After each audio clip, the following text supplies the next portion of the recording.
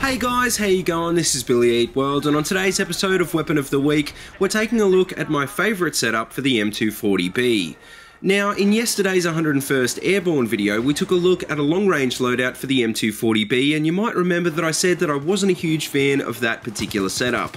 This setup is pretty much the exact opposite of yesterday's loadout, because rather than a passive defensive playstyle, this setup is designed for CQB. Now, I'm not going to pretend that the M240B is a great gun for close quarters. I mean, obviously there are better LMGs like the MG4 for that kind of work. It does run pretty well as a flanking weapon though, and if you can get in behind the enemy with this gun, you can do some serious damage very quickly and have a lot of fun wrecking the enemy team. So anyway, the way that I've been running the M240 this week is with the EOTech hollow sight, laser sight, ergo grip and suppressor. The EOTech is my favourite one-time sight. The laser and ergo compensate for the terrible LMG mobility and hipfire, and the suppressor keeps you off the minimap.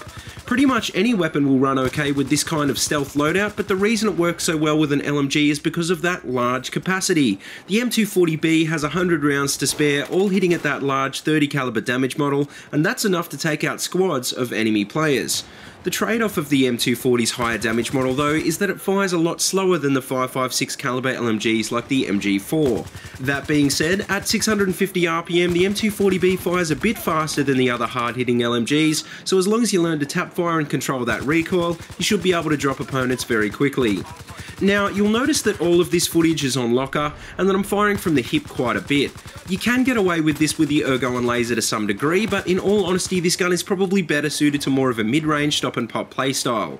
For most mid-range targets you'll want to fire short bursts, and even microburst at some long-range targets. There's nothing quite like holding in the trigger and using it Rambo style for close-range targets though, even if it's probably not the most effective way to use this type of weapon.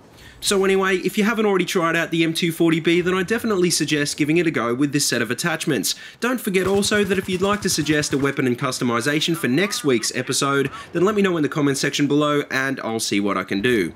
As always, if you like what you see, please remember to like, comment and subscribe, and if you haven't already, please check out all my other Battlefield 4 videos. I've got them all linked in a playlist in the description below. But until next time, see you later and have a good one.